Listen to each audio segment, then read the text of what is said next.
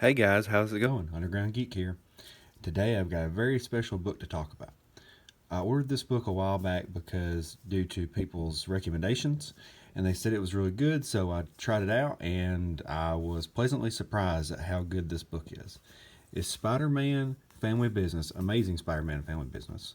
And what I really like about the book cover is it's a flat color, but the spider sense is shiny. So I thought that was kind of cool. And plus, you have Kingpin in a Hawaii shirt. On the back, it tells you a little bit about the story. And then you got some artwork here, which is pretty cool. Everything serves a purpose. Looks like it was originally $25, but I got it for like 12 bucks. It was very much worth it. Here's where it gets funny. It was written by Mark Waid and James Robinson. Now, if I'm not mistaken, I think James Robinson is the one writing for Wonder Woman right now. And it's really good. And then we've got Mark Waid, Mr. Rage Quit Twitter 2 times a year. So how could this book be good? And then you've got Gabriel Del Odo did not only the cover, but the entire art in the book. He's one of my favorite artists of all time. But let's open it up and check it out. So at first, when you open it up, you get this cool shot here. And then when you flip the page again, you get a cool little Spidey symbol. And then you get your title page right here, which is very fun. I like it. Look at this little stuff. Little details like this. What happened to this kind of stuff in books? You know what I mean? But anyway, so let's look here. We got Mark Waid and James Robinson. You got the lettering done by Joe Carmagna. You got associate editor Ellie Pyle and Tom Brennan. And so, yeah, I mean, Axel Alonso was editor-in-chief. Let's see, when was this book done? First printing was in 2014. And see, we were talking about, everything started around 2015 is when all the problems started. All right, it says, we all know Spidey. He's been part of our culture for more than half a century. He's in comic books, movies, cartoons, action figures, lunchboxes, and pajamas, and we all know his history. Now, who said that? Dan freaking Slott. Now, this is what kind of ticks me off. This is a book about Amazing Spider-Man. It's written by Mark Waid, but for some reason, Dan Slott has to find his way into getting somewhere on this book. And he writes this whole message right here about it and puts his face on there. And I'm just like, oh my God, dude, could you stay out of Spidey's life? I mean, you're like a crazy ex or something.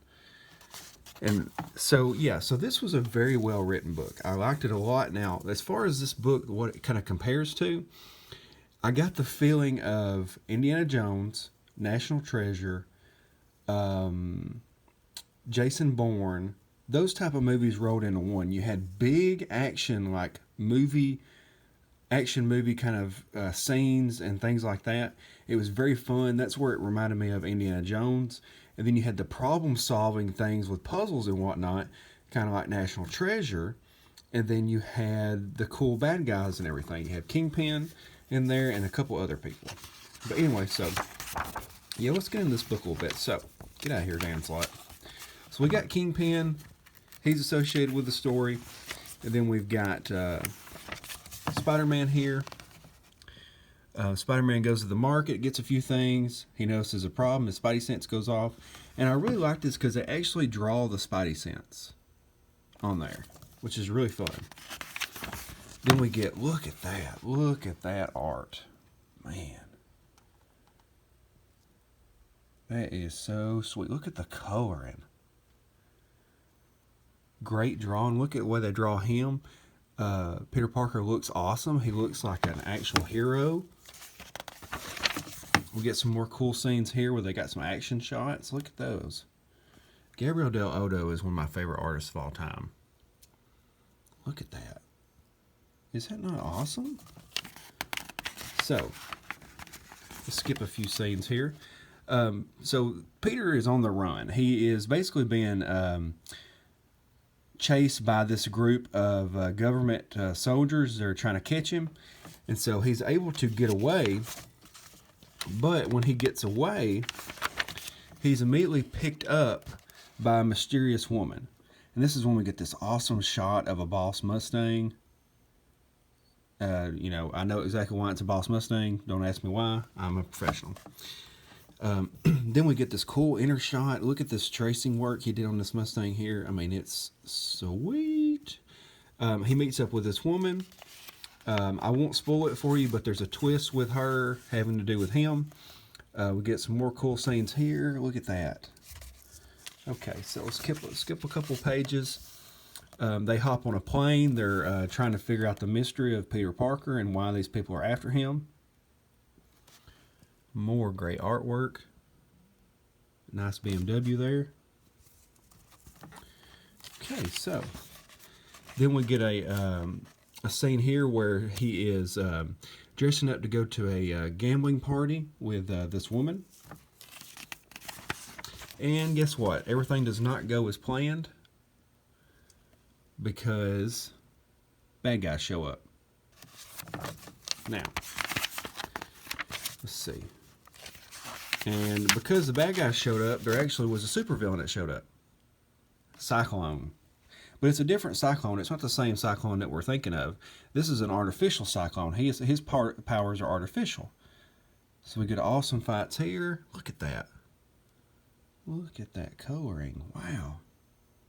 The detail.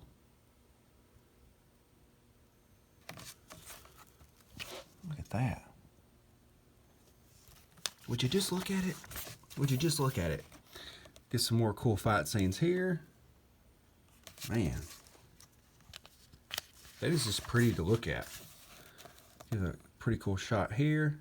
He fights Cyclone, defeats him, and then he has to catch up, back up with the girl without letting her know exactly what's going on. And we get some awesome background on Peter Parker. So we finally find out more about his parents. Now this is a one-off, so this is not canon, okay? So, but we finally find out some more awesome stuff about his parents and what they really did back in the day. Sweet. His parents were awesome. They were super spies. They fought giant robots, saved people. And because they fought these relics and tried to keep Hydra from stealing important gold and relics from the Nazis, in order to stop them, his dad had to code his DNA to the lock on the door. So guess who's the only person that can open the door now? Peter Parker. So that's why it turns out the bad guys are after him. Look at that. Beautiful. We get a traced image here of Cairo. Man. And then enter Kingpin. So now we're starting to get serious because they're trying to solve some riddles or some puzzles. The agent brings a lot to the table. And so they're at his parents' old, one of their little safe houses they used to have. So he's going through there. He's having a lot of memories as far as what's, kind of figuring out about his parents, kind of finding out what they were actually like, because he never really met them. And so just as he's starting to figure things out, he's able to get into a system that will let him pick up the pieces to the next part of the map that they're trying to figure out where to get some of the relics. And then they're attacked. Things don't go as planned. And she ends up finding out that he is Spider-Man because he has to save her. Look at that. Beautiful. The red and blue just looks great. So he saves her. And then at that point, then we get the introduction of the black suit. Now this is a spy suit. This is not the regular symbiote, which kind of let me down a little bit. But it's still an awesome suit. Now when he first gets it, it doesn't look that impressive. Like some people's like, ooh, that looks like a GIMP suit. And I was like, just wait. We're going to get some awesome shots. So then enters Kingpin. They have to, they have a standoff pretty much. This is the climax of the book. And we get some awesome action scenes between the agent and Spider-Man and the rest of the bad guys. And then enter the big bad, one of the sleepers they call it, which is a giant robot that guards the Nazi gold. And surprise, surprise, he has a hoverboard. Now, I made a joke about this earlier. I said, what is Spider-Man writer's obsession with villains with hoverboards. You know what I mean? It seems like they always use stuff like that. We get some really cool action scenes. He goes up against the robot. He's fighting it out. Kingpin is fighting it out with the lady agent. And then I'll flip through here. Oh man, this is one of the pages that I really liked. He's fighting with the robot. I mean, wow. Look, they're able to even blur some of the images to give you action, to let you know that there's movement. And even if you get close, the detail just gets better. So as he's fighting the creature, they're flying, or the giant robot, they're flying around over Cairo, so there's a lot of damage that's happening. He ends up making it crash, destroys it. Man, look at that. Then he has to come to Teresa's aid, which is the agent, and we get a fisticuffs fight with him and Kingpin. Look at the size difference between him and Kingpin. Kingpin is massive in this book. They fight it out. They're able to stop him, and then there's a Deus Ex Machina situation that happens that kind of upsets me a little bit, but it's very comic booky. And through the Deus Ex Machina, he's able to keep his secret identity for another day. And so at that point, we pretty much get the end of the book. And I mean, even though I flew through this book in 11 minutes to let you know what's going on, I still, it took me a while to read it because it was just so fun. Like, I was looking at the artwork and just staring at everything. Let's see, I think there was something else. Oh yeah, so you get a biography of everybody. You get a biography of Mark Waid, James Robinson, Gabriel Del Odo. You get to see what they look like. And he's a jerk. And then you get behind the scenes. You actually get storyboards. You get scripts and storyboards of the pages before they're finished, of different pages. That's 3, and then you go to 14. It's like they picked all the best pages to let you see the scripts. So if you're a comic book writer, this is very good because you actually get to see kind of how it goes. So I thought that was very cool. A little extra bang for your buck, you know what I mean? So they do that for a couple pages. Just trying to see. Oh yeah, there's that page. It's one of my favorite pages of the book. Man, the detail on that. Get to see the script on that. But here's the important thing about this book. And you've got a lot of different cover designs. I didn't know they did so many cover designs for this. I think I got one of the better ones. But man, they had a lot of different cover designs for that. And then they've got some more available books that you might want to pick up, which I thought was kind of cool. Advertising, that's what people do. But it's very well done. It's worth the money. I really liked it. And this is pre-SJW Marvel. This is what they could do if they wanted to. This is a Spider-Man that is awesome. He's strong. He's smart. He thinks his way out of situations. He helps the agent as much as she helps him. And even though he's in a spot where he doesn't know what's going on, he's still able to think his way out of the situation, just like a genius would, because Peter Parker is pretty smart. And, I mean, look at that. You got the action with the water flying around as he's jumping. It's just amazing what they can do when they try. And I know that you can't do Gabriel Del Odo for a regular... I mean, you wouldn't be able to afford him to do every book like this. But, I mean, gosh. What they could do if they wanted to is what blows my mind. But I really hope that you like this.